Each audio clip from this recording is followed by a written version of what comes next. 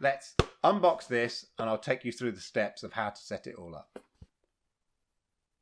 Okay, so this is the Netgear N300 range Wi-Fi range extender, and as you can see, the principle here is that your Wi-Fi may only go a certain distance, but this will boost it to the rest of the house, and this diagram sort of shows this. You can also connect an Ethernet port, which is useful to know, and it will improve the range of your Wi-Fi.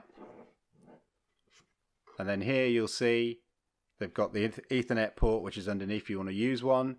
It uses WPS to connect to your broadband. There is another way you can do it, but let's just unbox. As expected, comes with a quick start guide.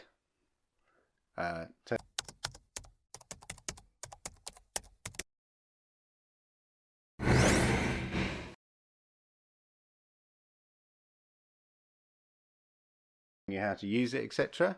And here you'll see all the instructions, how to use the extender, and if your home hub doesn't have a WPS connection, then there are some another method to connect, but that's the best way.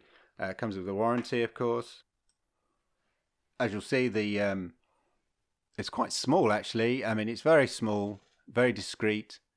As you can see here, with the various lights, the antennas here, you can just swizzle around to help the broadcast. You've got the WSP singles, the signal, WPS signal. Here the buttons on off. There's the internet connection there, and a factory reset button there. Nice, small, petite, and very non-obtrusive.